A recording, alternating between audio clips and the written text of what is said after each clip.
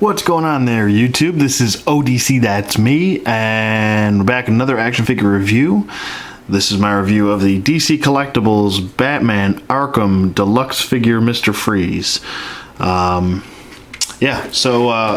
Pretty excited about this. When it first came out, I was like, oh boy. I was kind of annoyed because they made him a deluxe figure, which requires you to pay more money, and I don't really see him as a deluxe figure. I don't see how they justified that, but granted, I'm not sure if he really is much bigger than his counterparts, the other figures in the Arkham waves, but I mean, we'll take a closer look at him and let's just see, is he really worth the deluxe money? I know they actually lowered the price on Big Bad Toy Store. That's where I picked this guy up from, as you saw in my haul video. If you didn't, check it out. But yeah, they did lower the price of this guy. Don't know if he's quite worth the money. He stands approximately 7 1/4 inch tall, so 7.25, and he's sculpted by Dave Cortez. On the back, it has the Titan Joker coming soon. Obviously, he's been out. Killer Croc in stores now, and obviously Mr. Freeze. Nice little side art there with Mr. Freeze. Looks pretty good. And let's get Mr. Freeze out of the package, take a closer look, and see, is he worth the deluxe money? Oops, bumping the camera all over the place. And here we have Mr. Freeze out of the package, and he does look very nice. The sculpting on him is done very well, and can't really complain about any of the detail going on in this figure. Yeah, so he definitely does look very, very nice. Let me give you a quick 360 here of him. He does come with a couple accessories, which I'll get to. I just want to do a quick little 360 here for you so you can get the overall view of him. And here's his boots, and looks pretty good. Looks pretty nice. A lot of detail going on in the back. But yeah, he does come with 2 or 3 accessories. His freeze gun, his little glass bowl here, and a figure stand so he doesn't fall over. So the figure stand, he does have 1 peg hole in the bottom of his foot, so you can just pop the stand back on there. Actually, both of his feet do kind of stand on it. Wish it would have given us the an actual stand that, you know, you can put both feet on. But he stands on it still pretty well, so he won't go anywhere.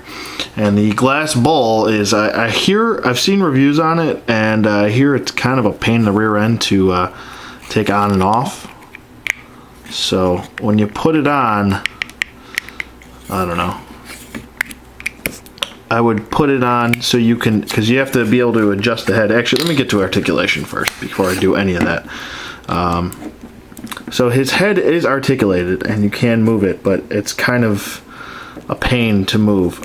It does have a head tilt side to side, so it gives him a little bit more character to the figure. And hold on, let me adjust my camera here. It's doing weird stuff. Here we go. There we go. Yeah, his head does move side to side. Can't do a full 360, obviously, because of his suit here. His arm goes up about that far, goes down. Can do a full 360. No bicep swivel, no elbow swivel, or any type of swivel in the arm. He just has a single bend at the elbow and no wrist articulation either. So, excuse me, burpzilla. He does have no waist swivel or anything because he's got the suit, obviously. His legs can move forward pretty well, and they move back nicely. He does have an upper thigh swivel. a single bend at the knee, and ankle swivel. No hinge or pivot or anything.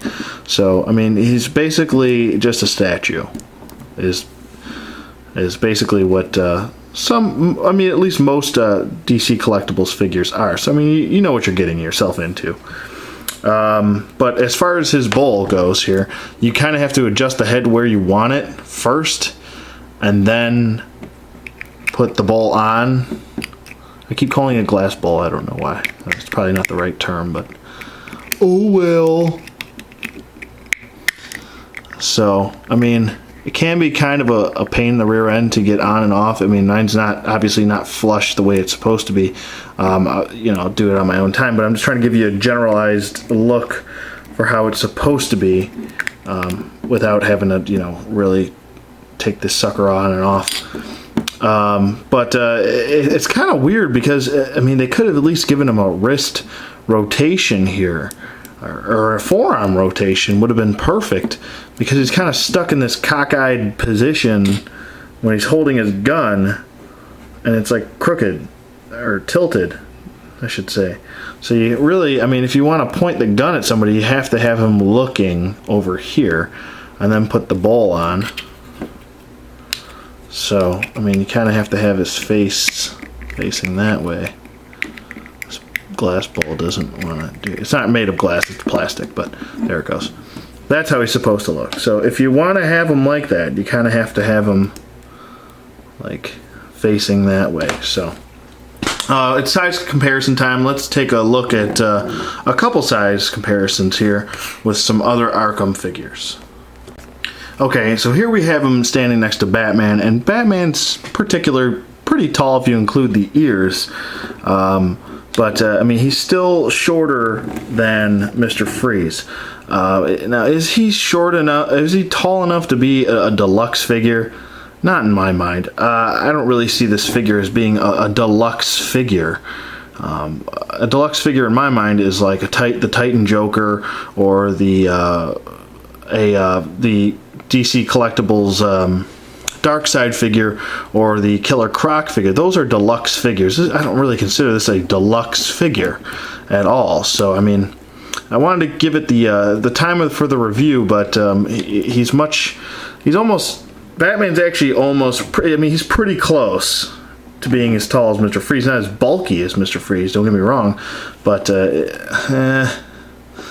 let's do a couple more comparisons here, because Nightwing is significantly shorter than Batman, which is a nice size for him. Let's bring in Nightwing here. So he's much shorter than Mr. Freeze.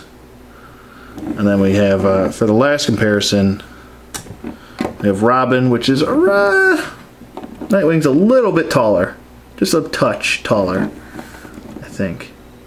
Yeah, he's a little bit taller. So I mean, you got three really good heights here, and they're a little bit different between Nightwing and Robin. But let's do this here. So Robin's much shorter. So I mean, there you go. There's your three size comparisons, little cameos. I mean, do I regret buying the figure? No.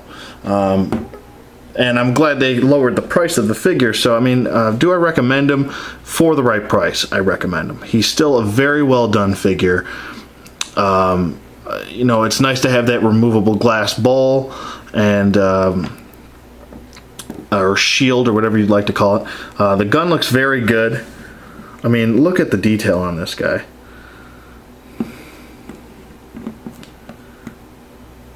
He looks very, very well done.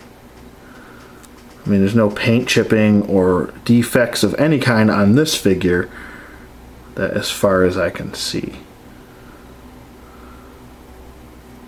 He looks very well done. Really like the blues, and the face sculpt looks very good. Let me take this bowl off. I get worried about this bulk, this plastic cracking on me. Well, I mean, I guess if it does crack, Batman does like punch it in the game. I'll just leave the bowl on, but I mean, you pretty much get an idea for his face sculpt. looks good. It does look very nice.